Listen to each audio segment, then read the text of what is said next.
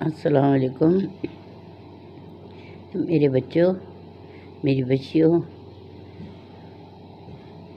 اللہ کرے سب خیر خیریت سے ہو، انشاءاللہ سب خیر خیریت سے ہوں گے۔ میں نے تو یہ سوچا تھا کہ میں روز ایک ویڈیو ریکارڈ کروں گی، لیکن میرے بچوں بس ہر وقت کیا اپنا دکھڑا روں، لیکن بس میں نہیں کل کر سکی، بڑی مجبور تھی۔ آج بھی میں کوئی اتنی وہ نہیں ہوں، کیونکہ فریاد وہی ہے کہ لائٹ نہیں ہوتی، سلنڈر جانا آنا، بس تو اس کے بعد پھر میری حالت بہت خراب ہو جاتی ہے۔ اور آج صبح سے میری کوشش تھی کہ میں اپنے بچوں سے بات کروں، لیکن بس وہ ایسے نہیں کر سکی۔ پھر صبح بھی لائٹ نہیں تھی، ابھی تھوڑی دیر ہوئی ہے لائٹ آئی ہے، تو بس بچوں میرا آپ سے میں اپنی بات ہی کر رہی تھی، اپنی زندگی کی بات کر رہی تھی کہ ہم جب چھوٹے تھے تو بہت کچھ اللہ نے دیا تھا، حویلیاں تھیں، سب کچھ تھا۔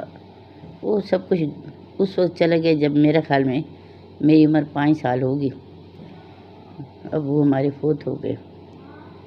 تو بس پھر آپ سمجھ سکتے ہیں جب چھت سر سے ہٹ جائے تو انسان کس حالت میں ہوتا ہے۔ پھر ہماری ماں کو اللہ بخشے، اس نے اپنے بچوں کے ساتھ بہت محنت کی، اور اس وقت بھی ان کی خواہش تھی کہ میرے بچے سارے پڑھ لکھ جائیں۔ بھائیوں نے تو ماشاءاللہ پڑھا، اور ہم نے بھی جو ہو سکتا تھا، لیکن ہمارے گھر میں ماحول دینی تھا۔ میری دادی جو تھی اللہ اس کو بخشے، وہ بہت صبح جب ہم اسکول کے لیے اٹھتے تو قرآن کھلا ہوتا ہماری دادی، اور یعنی ہم وہی دیکھتے۔ پھر وہ ہمارا زمانہ ایسا تھا کہ بہت سادگی تھی، ہمیں کوئی عقل سمجھ ہوتی نہیں تھی، تو دادی جب کہتی کہ جب آتے اسکول سے تو کہتی چلے اپنے کام کر لیں۔ اسکول کے سارے گورنمنٹ اسکول میں پڑھتے تھے، تب تو یہ تماشے نہیں ہوتے تھے کہ جی یہ انگلش میڈیم ہے اور اس میں اتنی فیس دینی ہے اور اتنے ٹیوشن دینی، اور او ہو ہم لوگوں نے یہ ڈرامے نہیں دیکھے۔ لیکن شکر الحمدللہ گورنمنٹ اسکولوں میں استاد بھی اچھے تھے، پڑھائیاں بھی اچھی تھیں، سب کچھ اچھا تھا۔ تو جب ہم گھر آ کے اپنا ہوم ورک کر لیتے تو دادی نے یہ وعدہ کیا تھا کہ سارے جو بچے صحیح کام کریں گے ان کو میں روزانہ رات کو کہانی سناؤں گی۔ یہ وہ زمانہ تھا جب لائٹ نہیں تھی اور ہر گھر میں لالٹین ہوتی تھی، اور گلیوں میں چراغ جلتے تھے۔ ایک بندہ آتا تھا شام کو، وہ چراغ روشن کر جاتا تھا، وہ گیس کے کس چیز کے ہوتے تھے۔ تو وہ ایسا وقت تھا، تو ہم لوگ مغرب کا انتظار کرتے، پھر جب بیٹھتے دادی کے پاس، چلیں اماں جی، ہم اماں جی کہتے تھے، ہمیں کہانی سنائیں۔ وہ ہمیں کہانی سناتی، وہ کہانیاں اتنی مزیدار ہوتی تھیں، ہماری کوئی ایکٹیویٹی نہیں تھی، سب کچھ وہی تھا، تو ہم بڑے غور سے سنتے، ایک ایک لفظ ہمارے دل کے اندر گھر کر جاتا، کیونکہ بچے شوقین جو ہوتے ہیں، جس طرح ان کہانیوں میں جین بھی ہوتے، دیو بھی ہوتے، پرندے بھی ہوتے، ہوائیں بھی جیسے اڑا کے لے جا رہی ہیں، تو یہ سب چیزیں ہمارے لیے بڑی دلچسپی کا سامان تھی، بڑے غور سے سنتے تھے، اور اتنے غور سے سنتے تھے کہ ایک ایک لفظ جو تھا وہ ہمارے دل کے اندر گھر کر گیا تھا۔ خیر وقت گزرتا گیا، پھر ہم بڑے ہوئے، ہماری شادیوں میں پھر وقت گزرتا گیا، قرآن ہم نے پڑھا، اور نیچے جو ترجمہ ہوتا ہے وہ ہم نے پڑھا، لیکن اس سے ہمیں کیا پتہ، سمجھ تو نہیں آتی تھی، لفظ و لفظ ترجمہ ہوتا ہے، تو آپ کو کیا پتہ لگے گا کہ اس میں کیا ہے۔ تو پھر مجھے بہت شوق تھا، جب میں پڑھتی قرآن تو میں کہتی یہ کیا لکھا ہے، اللہ کیا کہہ رہا ہے، مجھے بڑا اس چیز کا بڑا وہ ہوتا تھا۔ پھر میں ترجمہ پڑھتی، میری سمجھ میں کچھ نہیں آتا تھا، جو سچی بات ہے۔ پھر میں نے تفسیر منگائی، جب تفسیریں منگائی میں نے بہت سارے ابن کثیر کی تفسیر پڑھی ہے، مودودی کی پڑھی ہے، اور یہ جو تھے ان کی پڑھی ہے، نام دماغ سے نکل گیا، ہر تفسیر میں ایسا تھا کہ جیسے ڈاکٹر اسرار احمد کی تفسیر کہ جیسے حیران ہم رہ گئے، ہم نے کہا یہ سب کچھ تو ہمیں آتا ہے، یہ تو وہی باتیں ہیں جو ہماری دادی ہمیں سناتی تھی اور ہم کہانیاں سمجھ کے سنتے تھے۔ ہم سب بہن بھائی بڑے حیران تھے کہ یہ کہانیاں ان کو اللہ بخشے، یعنی کیسا زمانہ تھا، کیسے لوگ تھے۔ تو اگر وہ ہمیں کہتے آؤ بیٹا ہم آپ کو قرآن سناتے ہیں تو استغفار، تو ہم شاید کہتے کہ ہم قرآن کو کیا سنیں، نہیں سننا چاہتے یا نہیں سنتے، یا سنتے بھی تو شوق سے نہ سنتے۔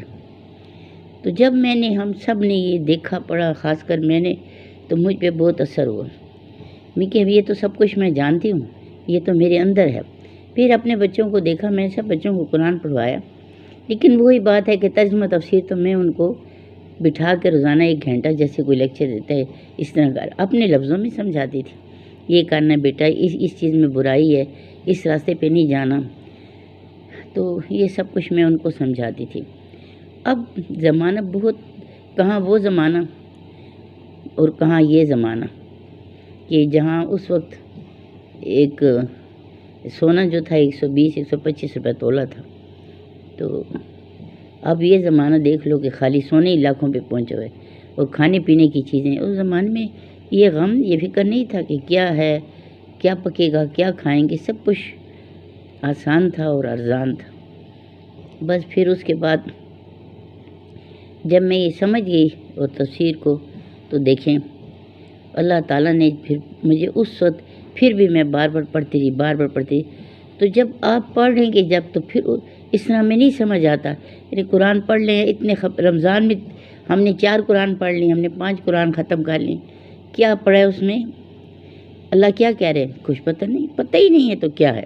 عربی میں جب ہم عربی سمجھتے ہی نہیں ہیں تو مطلب ہے، جس طرح ڈاکٹر اسرار احمد کو خدا بخشے، وہ کہتے ہیں جب میں نے PhD کیا اور میں گیا علامہ اقبال کے پاس، کہتے ہیں نئی وہ مطلب عمر تھی، جوانی تھی، ڈگری لی تھی، تو میں نے کہا وہ مجھے کوئی ایسا راستہ دکھائی دا جس میں میں بہت زیادہ ترقی کروں گا۔ تو کہتے ہیں وہ میرا پسندیدہ شاعر تھا، تو جب میں ان کے پاس گیا اور میں نے ان کو کہا کہ اس طرح میں چاہتا ہوں کہ آپ مجھے کوئی ایسا راستہ بتائیں جس میں بہت زیادہ ترقی کروں اور میرا بہت نام ہو۔ تو کہتے وہ اٹھ کے گئے اور واپس آئے تو ان کے ہاتھ میں قرآن تھا، اور انہوں نے میرے ایک ہاتھ پکڑا اور اس کے اوپر قرآن رکھا اور دوسرا اپنا ہاتھ اس کے اوپر رکھ کے کہا اس کو مضبوطی سے پکڑ لو، پھر تمہاری ترقی ہے۔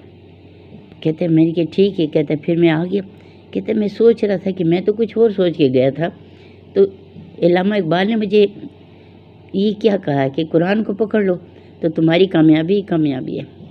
کہتے ہیں میں واپس آیا، میں نے ترجمے پڑھے، تفسیریں پڑھی، جس طرح میں ابھی آپ کو بتا رہا ہوں۔ کہتے ہیں مجھے کچھ سمجھ نہیں آئی، حدیثیں پڑھی، کچھ سمجھ نہیں آئی، مطلب ہے جو کہ میں کیا کروں، سمجھ ایک الگ چیز ہوتی ہے انسان کے اندر، اس طرح تو ہم بہت کچھ پڑھتے ہیں۔ پھر انہوں نے عربی سیکھی، جب کہتے ہیں میں عربی سیکھنے لگا تو مجھے اس وقت اندازہ ہوا کہ ایک لفظ عربی کا جو ہے، ایک لفظ اس کے 6 مطلب نکلتے ہیں، تھوڑے سے فرق سے، زبر یا زیر یا پیش۔ ہم لوگ ان باتوں کو جانتے ہیں؟ نہیں جانتے۔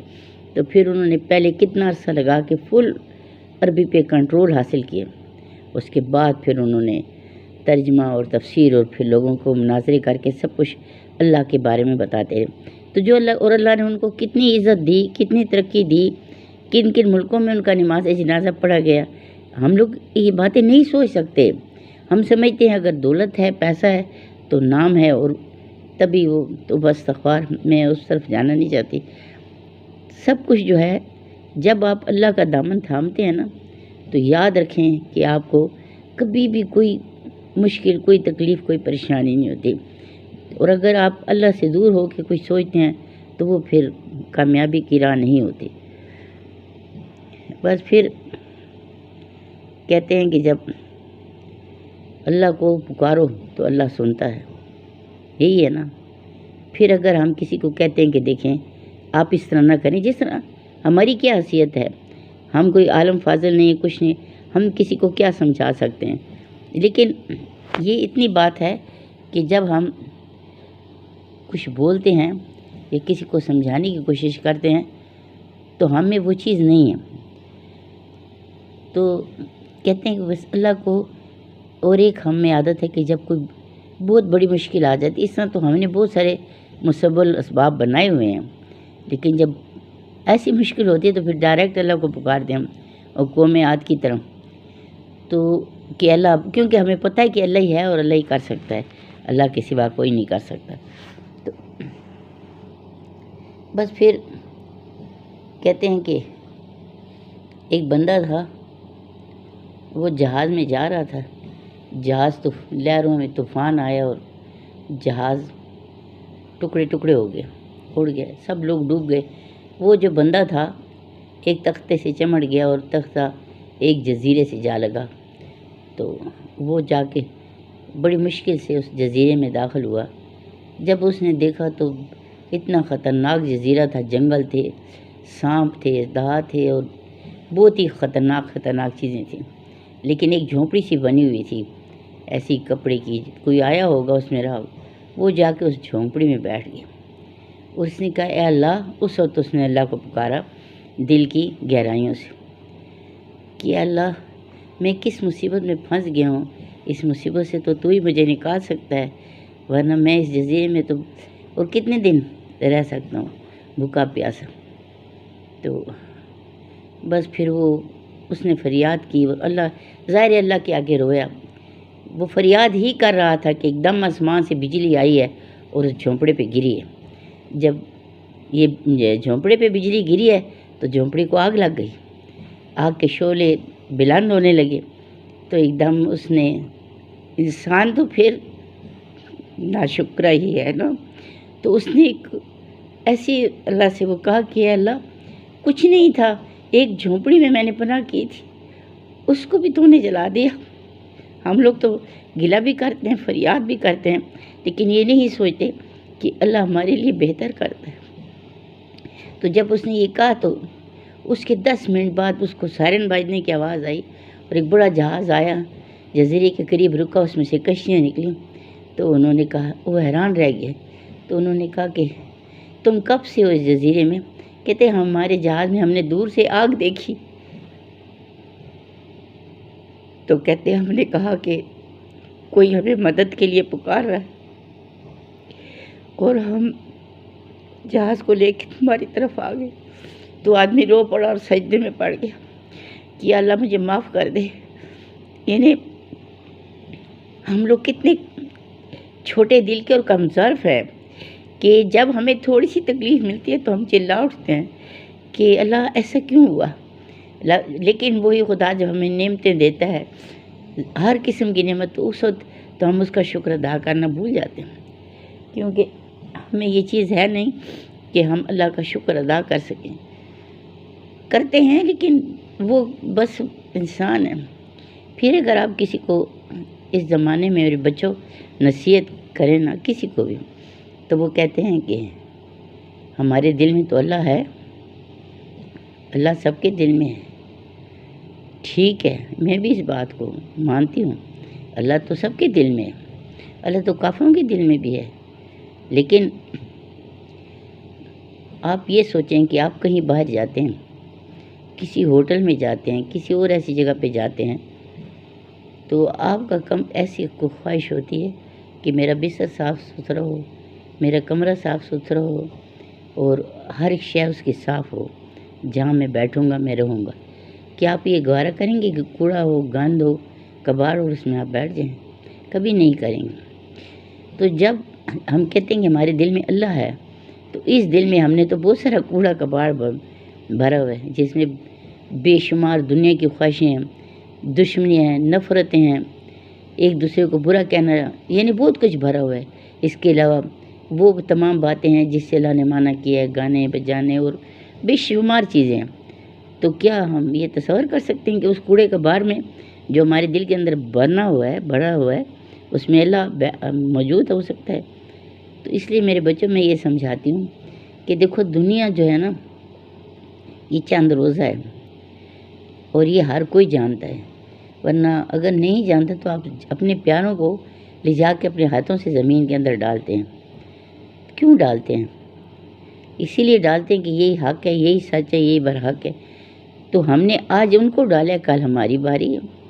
تو ہم اس بات کو ضرور سوچیں اور یہ کوشش کریں کہ آج ہم نے جو کچھ بھی کیا ہے اپنے بڑوں کے لیے یا اس کے لیے، اور دیکھیں اگر آپ نفرت دو گے تو آپ کو نفرت ملے گی، اور اگر محبت دو گے تو محبت ملے گی۔ کہتے ہیں کہ دنیا سے سب چلے جاتے ہیں، کوئی رہتا نہیں ہے، لیکن اچھائی چھوڑ کے جائیں، برائی چھوڑ کے نہ جائیں، کیونکہ اچھائی جو ہے آپ کے مرنے کے بعد بھی آپ کو اس کا اجر ملتا رہے گا۔ اگر آپ نے کسی کی مدد کی ہے، کوئی یتیم ہے، کوئی غریب ہے، کوئی نادار ہے، کوئی بھی کچھ ہے، تو آپ کو اس کا صلہ ملتا رہے گا۔ کہتے ایک عورت تھی، اس نے حج کے لیے پیسے جمع کی، بڑی غریب عورت تھی، لوگوں کے گھروں میں کام کرتی تھی۔ جب اس کے پیسے جمع ہو گئے تو بڑی خوش تھی کہ اب میں حج کے لیے جاؤں۔ اس کے ساتھ کچھ اور عورتیں بھی تھیں اس کے محلے کی ادھر۔ وہ اس کے قریب ایک طالب علم رہتا تھا، وہ اس کے قریب آیا، اس نے کہا بیٹا تم آج پڑھنے کے لیے نہیں گئے ہو؟ کہتا نہیں میرے امتحان ہونے والے ہیں اور میرے پاس پیسے نہیں کہ میں داخلہ کروں، اور پیسے بھی زیادہ ہیں۔ اس نے کہا اچھا میں تمہیں پیسے دیتی ہوں، امتحان نہ چھوڑنا اپنا۔ وہ پیسے جو اس نے خدمتیں کر کے لوگوں کے گھر میں جمع، اللہ سے دل اور اللہ کو آپ پہچاننے کی کوشش کریں۔ لوگ جاتے ہیں کسی کی مدد کرتے ہیں، تصویریں بناتے ہیں، فلمیں بناتے ہیں، کس کو دکھانی ہے؟ وہ تو دیکھ رہا ہے جس کے نام پہ دے رہے ہو، اور اگر اس کے نام پہ نہیں دے رہے ہو، دنیا کو دکھا رہے ہو، تو دنیا کا کیا ہے؟ دنیا تو کبھی بھی کسی کے کام نہیں آئی۔ تو پھر وہ بچہ چلا گیا امتحان کے لیے، اور وہ عورت بس بیٹھ گئی۔ اس نے کہا میں نے بچہ کے مستقبل سنوار دیا، تو مجھے اللہ بس اس کا اجر دے گا۔ پھر جو اس کی ساتھ والی گئی تھی، تو جب وہ حج کر کے واپس آئیں تو اس سے ملی، تو انہوں نے کہا کہ کمال ہے، تم تو ادھر جا کے تو تم نے آنکھیں بدل دی ہم سے۔ اس نے کہا کیسے؟ کہتے ہر جگہ ہم تمہیں دیکھ رہے تھے، تم آگے آگے تھی، ہم تمہیں آوازیں دیتے تھے لیکن تم رکتی نہیں تھی۔ طواف کے دوران حج کے اللہ نے اس کے سارا کچھ قبول کر لیا۔ تو پھر وہ رو پڑی، اس نے کہا میں تو گئی نہیں، میں نے تو اس طرح بس میں نہیں جا سکی۔ تو انہوں نے کہا بڑی حیرت کی بات ہے، پھر وہ تم نہیں تھی تو وہ کون تھا تمہاری جگہ جس نے حج کے سارے فرض ادا کیے؟ تو میرے بچوں، میری کہنے کا یہ مقصد ہے کہ دل سے کریں، آپ جو بھی کریں دل سے کریں۔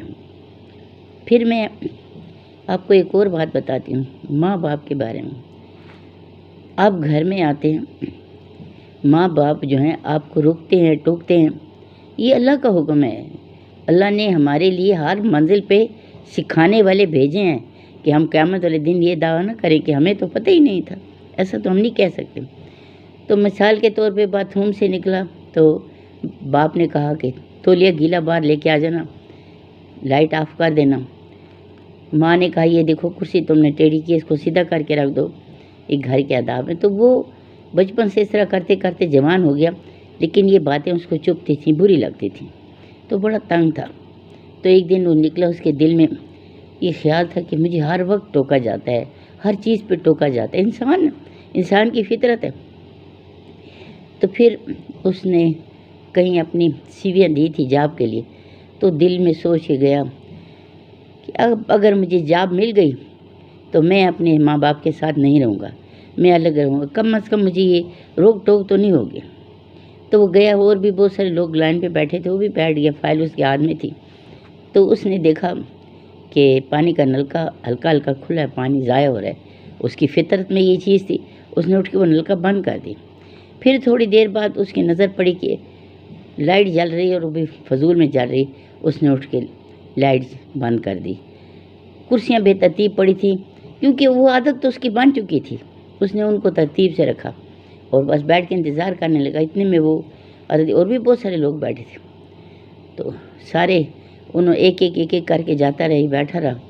تو وہ آتے رہے، تو بس اس نے پوچھا کیا ہوا، ان کے بس کچھ نہیں کہا، بس دے دیا، ہمیں واپس آ گئے، اب کیا ہوتا ہے۔ جب یہ گیا، اس کی باری تھی، تو انہوں نے فائل لی اور ایک دم اس سے پوچھا، نام اس نے بتایا، تو انہوں نے کہا ہم نے تمہیں سلیکٹ کر لی۔